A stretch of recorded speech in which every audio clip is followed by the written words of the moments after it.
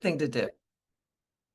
Woohoo! Welcome to Conversations with Beth, where curiosity meets connection. I'm Beth Lees, a lifelong spiritual explorer, a passionista, and a lover of deep, meaningful conversations. This podcast is all about um, getting to know people, amazing people doing wonderful things in the world through fun, interesting, provocative questions that spark laughter, insight, and maybe some of those holy shift moments where suddenly your perspective changes.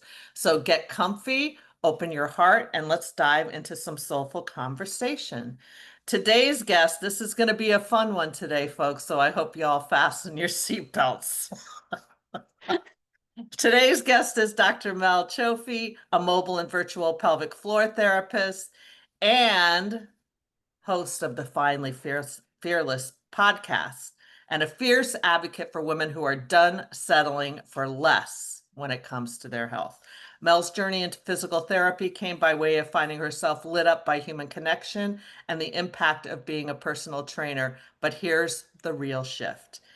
After working in traditional healthcare, Mel saw firsthand how badly the system was failing women. They weren't being seen, surprise. They weren't being heard, even bigger surprise. And they certainly weren't getting the personalized care they needed. So Mel took matters into her own hands and launched New Quest Physical Therapy. Her mission to free, I can't believe I'm going to say this, active vagina owners from endless kegels and trash exercise programs so they can get their damn lives back. Mel brings humor, as you can tell, heart, and straight up truth bombs to everything she does. And this conversation is no exception.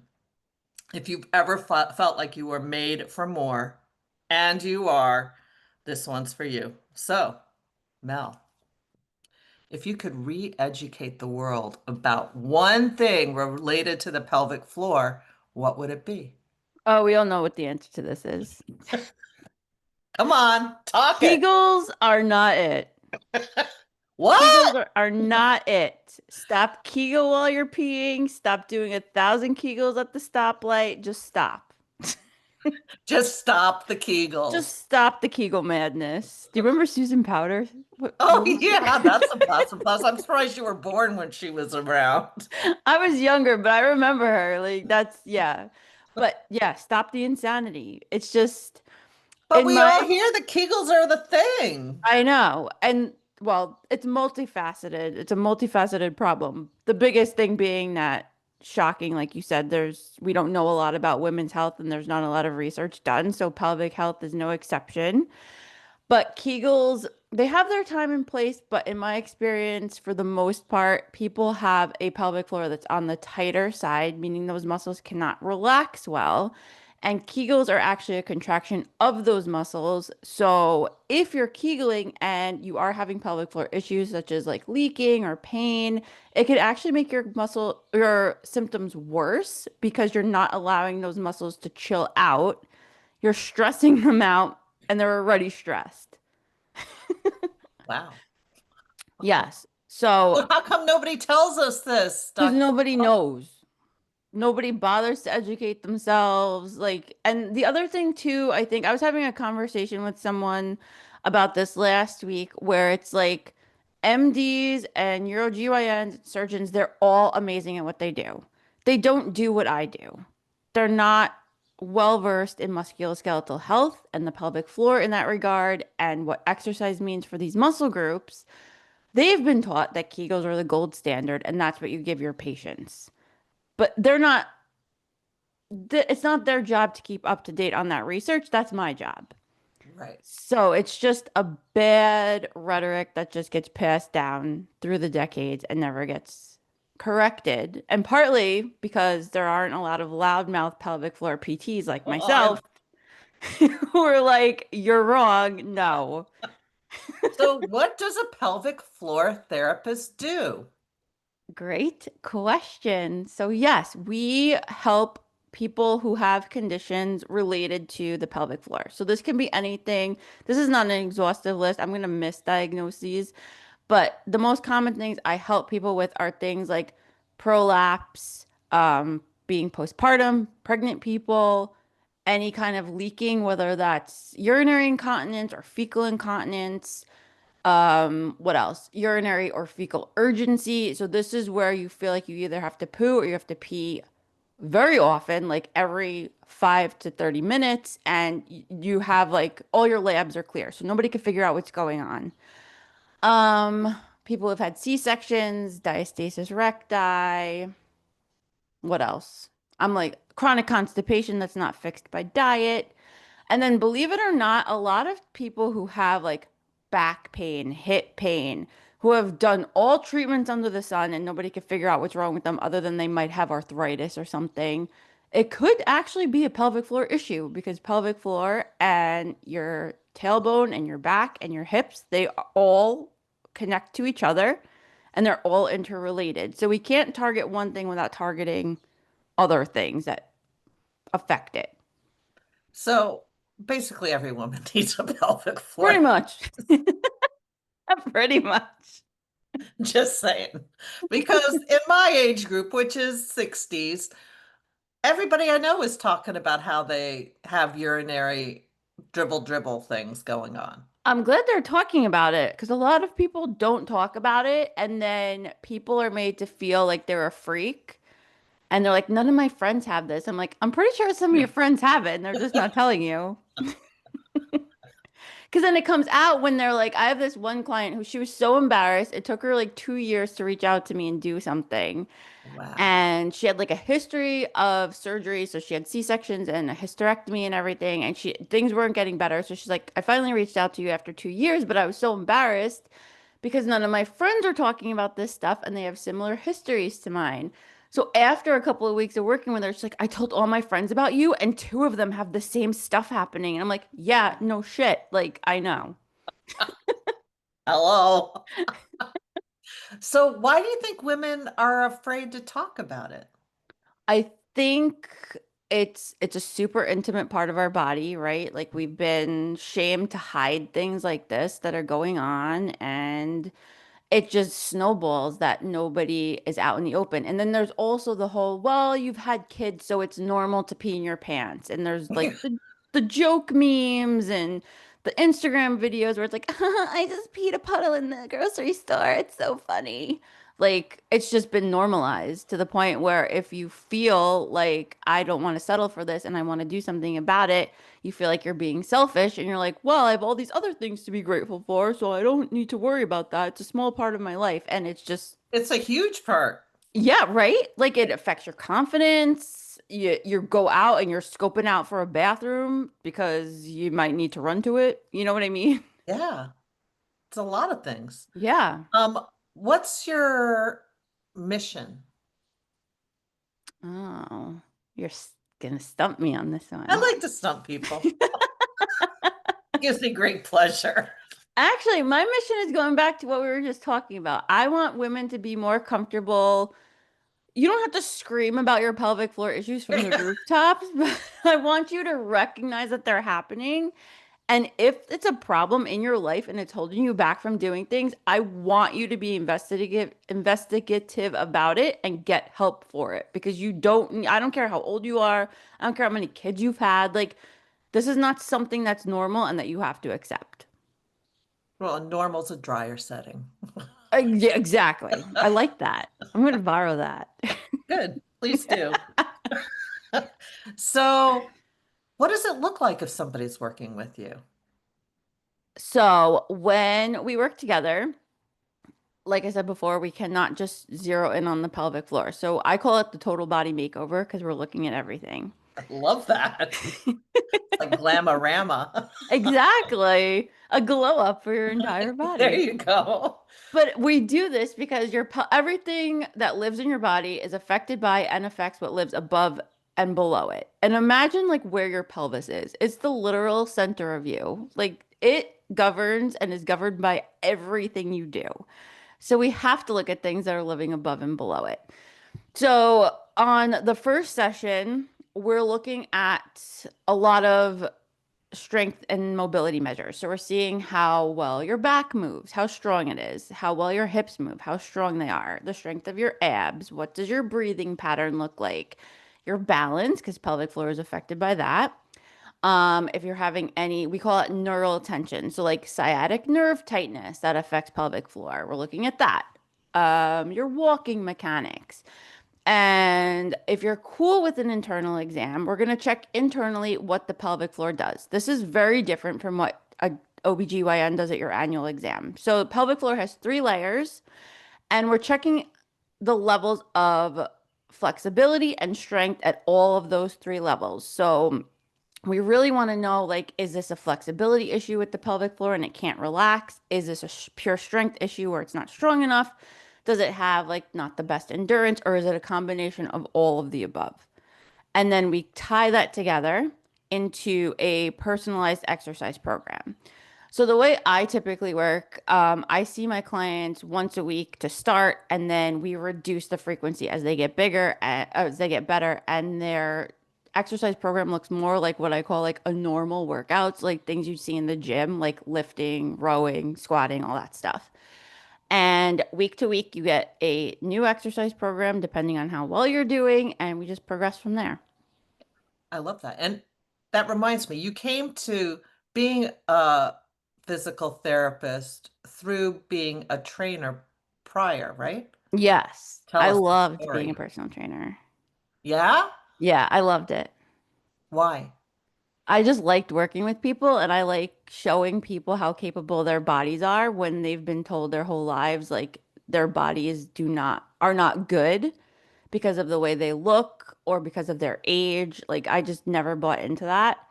And then because I have a huge ego, I'm like, well, I'm going to be a doctor now. So let me go get my doctorate in physical therapy. But I love that you took that leap and you became a physical therapist and worked in traditional healthcare for a while before you became a pelvic floor specialist, right? Yep, 4 years in traditional healthcare. That's amazing. I mean, it's amazing now that I'm out of it, but at the time it sucked. So, where does the medical system miss the mark when it comes to women's bodies? Everywhere. A lot of the research that's done is on male bodies and not female bodies. That's So, kind of fascinating. yeah, right? And for some reason, like the pelvic floor, even for men, because men have pelvic floor issues too, the research in pelvic floor um muscles in general is just so lacking. There's not enough of it, and there needs to absolutely be more. Is it a relatively new field?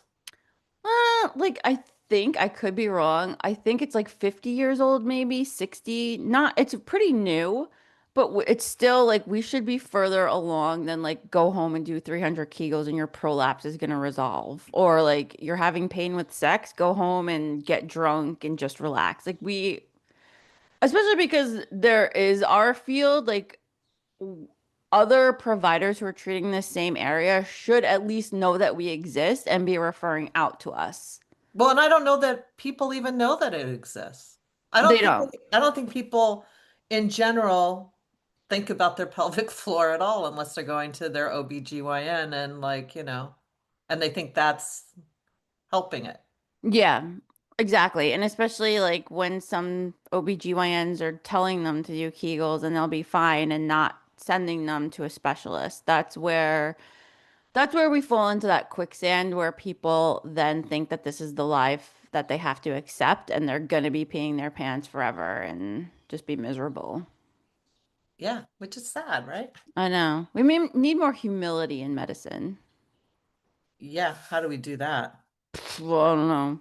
Fire all the men. Just kidding. No, because there are terrible women too. Yeah, there are. I've seen some of them.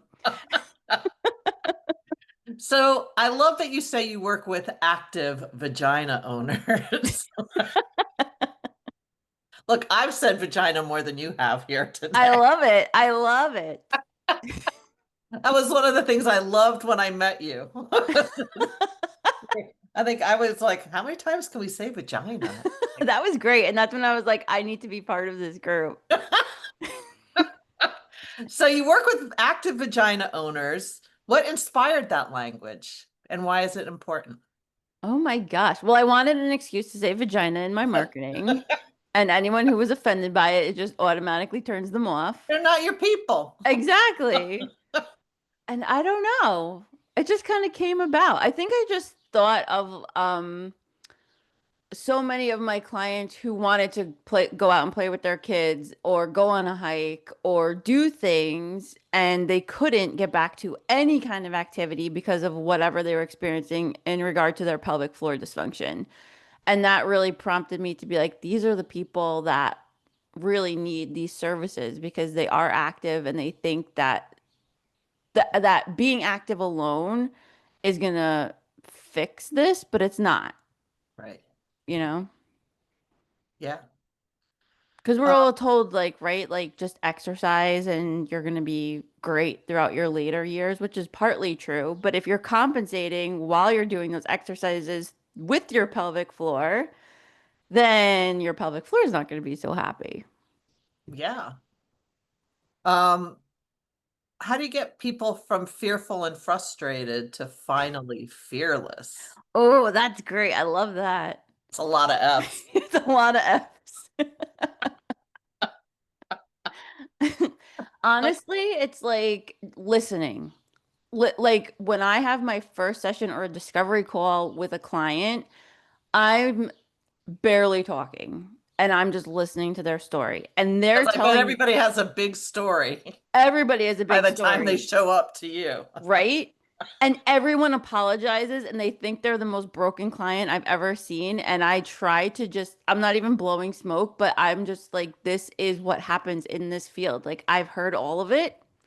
You're not a freak. You're not different. Like, you're different, but you're not so different that I'm scared off by your story because I feel like a lot of people think that people are going to get scared off by their history because it's usually so extensive, and that's not even close to the case. Right. But yeah, like they're exactly what's in their story tells me where I'm going to go with my evaluation. And then we just test my theories, and 90% of the time they're right. I do miss the mark sometimes. Well, you're human after all.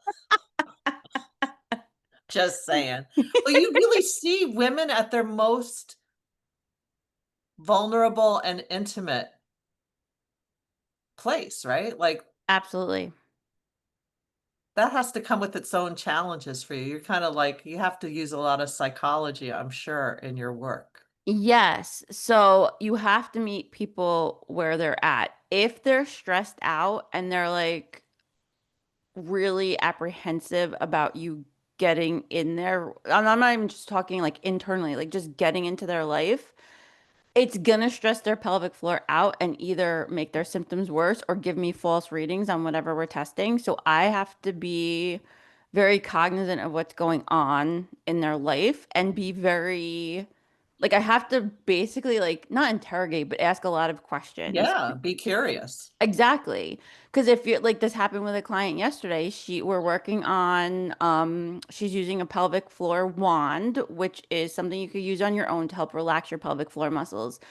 And she was like, I'm so stressed out. I couldn't even get it inside of me. Like there was just a block. So I just stopped and I did some diaphragmatic breathing and I didn't even address that. And I was like, that's perfect. I don't want you forcing anything. It's just going to make it worse and it's going to make you hate treating yourself. You know what I Right, mean? exactly, which is not a way to relax. Exactly. And I feel like it's this whole, we have this whole, maybe it's the 90s that did this to us, but it's like, no pain, no gain. You have to force yourself to do certain things. And that's not the case. You have to meet yourself where you're at. And that's one of the ways to empower, like that I empower my clients is because I'm never going to force you to do something that your body is like, stop it right now. This is not happening. That's not helping anyone. It's not helping me. It's not helping you for sure.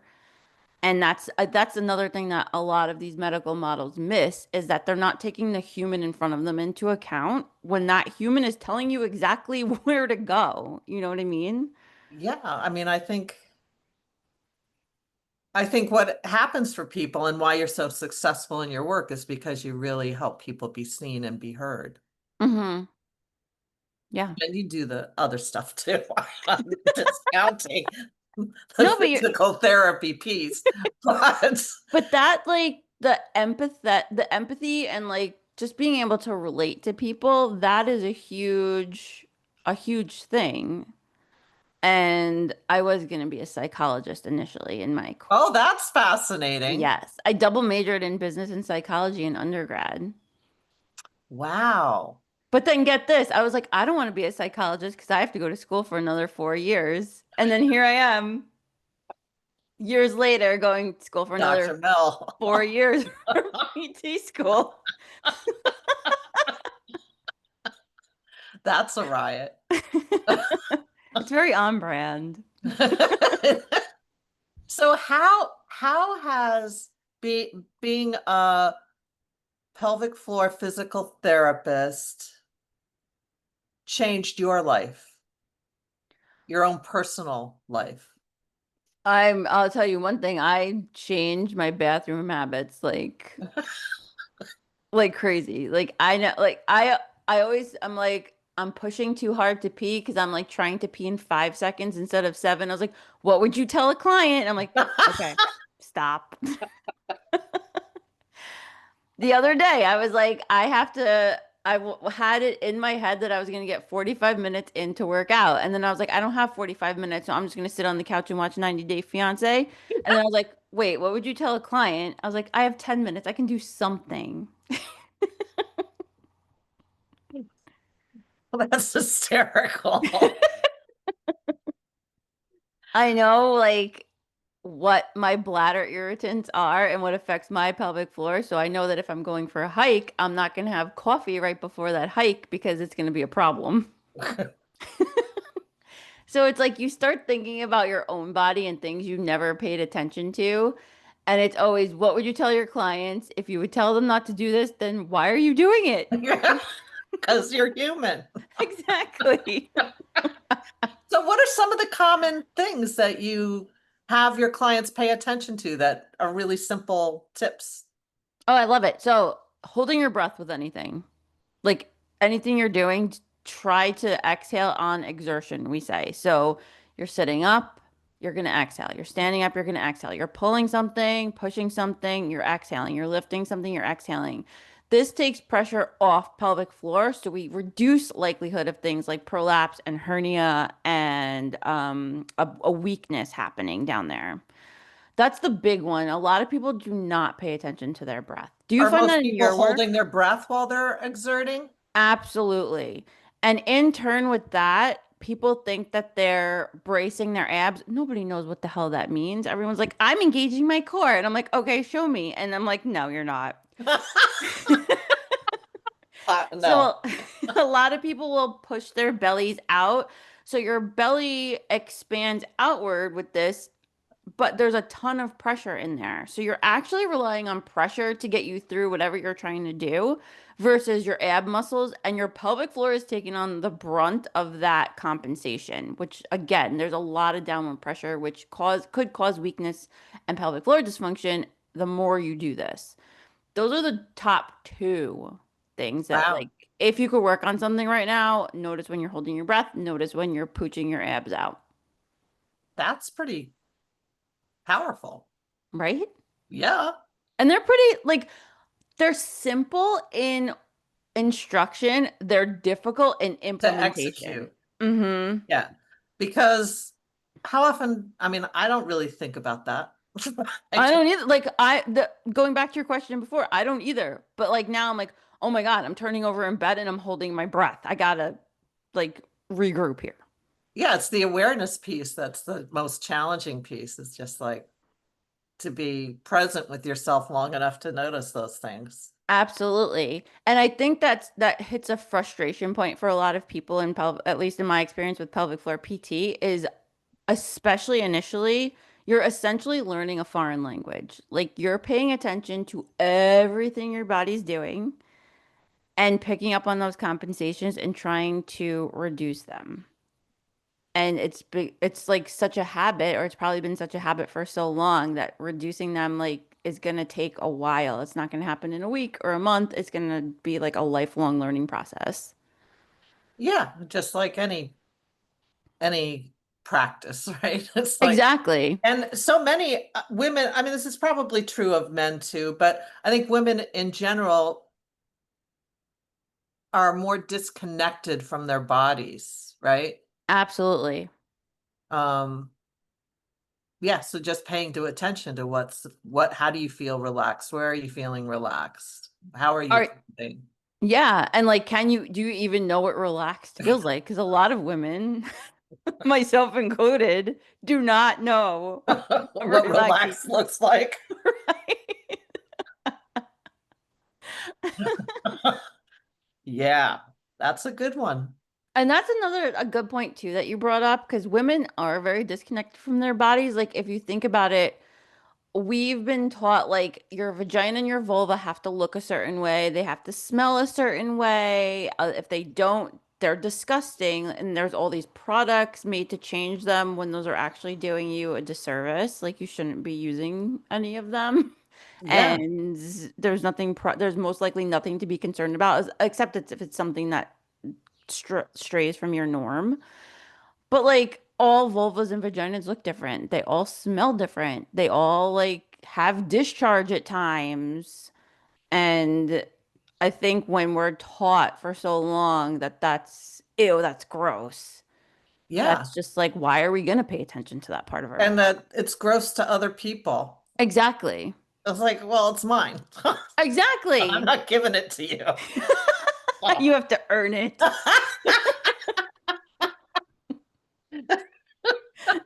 But you know what I'm saying? Like we think about it in terms of how it affects other people and not how it Yes, affects ourselves. exactly. Yes. So it's And bringing the attention back to ourselves. absolutely. And that's the best thing you can do for yourself is recognizing that has nothing to do with how other people perceive you or receive your vagina and your pelvic floor health. It's how you receive it and approach it. And this is a conversation that I have a lot with my clients who are having pain with penetration and sex, is that it's like my partner's been waiting for so long, I feel so bad for them. And I'm like, no, we're reframing the narrative here. Your partner, yes, they have something to do with your sex life, and yes, I get it, but we're doing something for you. Like we're not focused on them because we need to focus on you and what you want your sex life to look like. Yeah, what pleasures you? Exactly. And a lot of women don't even know what pleasures them. I know, it's sad. Some people don't even know if they've orgasmed ever, What? right? And that I'm like, well, that probably tells me that you have You never. haven't.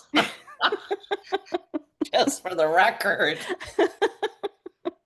Because you would Really? know. That's Hmm. wild. Yeah. And yes, some of it is like physiological, but a lot of it, I think also is like emotional and mentally. It's just not like they're just so disconnected. Right. And pelvic health, a lot of times, will play into mental and emotional health, where seeing a licensed mental health practitioner in conjunction with someone like me would be so beneficial. Like the two fields work so well I bet together. they do. So Hmm. do you work with like psychotherapists and things like that with your clients I I refer to often. Hmm. that's really powerful. Yeah. I love that. All right, I want to do a quick round of shifts and giggles. You ready? Yeah.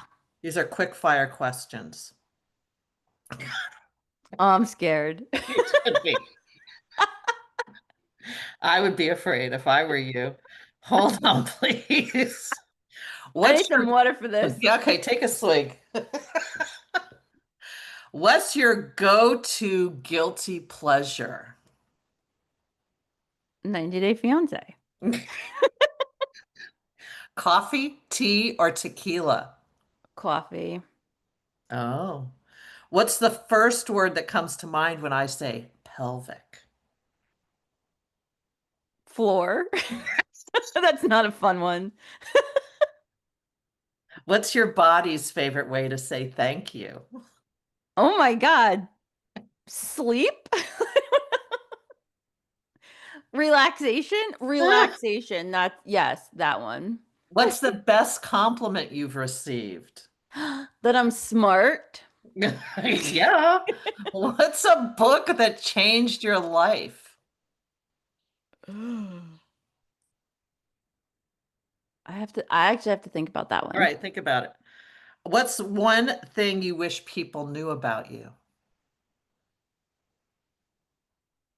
These are too hard, Beth. Oh, come on. One thing that I wish people knew about me. I don't know. I have an issue with that one only because like I feel like it's you get what you see type of thing. You are pretty much we get what you see. You're a badass. Um, what's your hype song when you need a boost? I do not I'm so boring. I do not have a hype song. And Well, now I I need suggest you one. get one. I think I need one. If you could whisper one thing into every vagina owner's ear, what would it be? Your vagina is beautiful. I love that.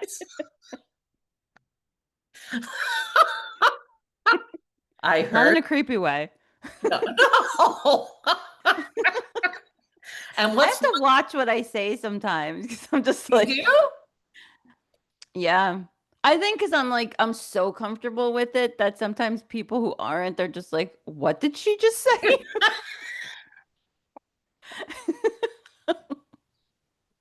Oh my God. What's one question you wish I asked you?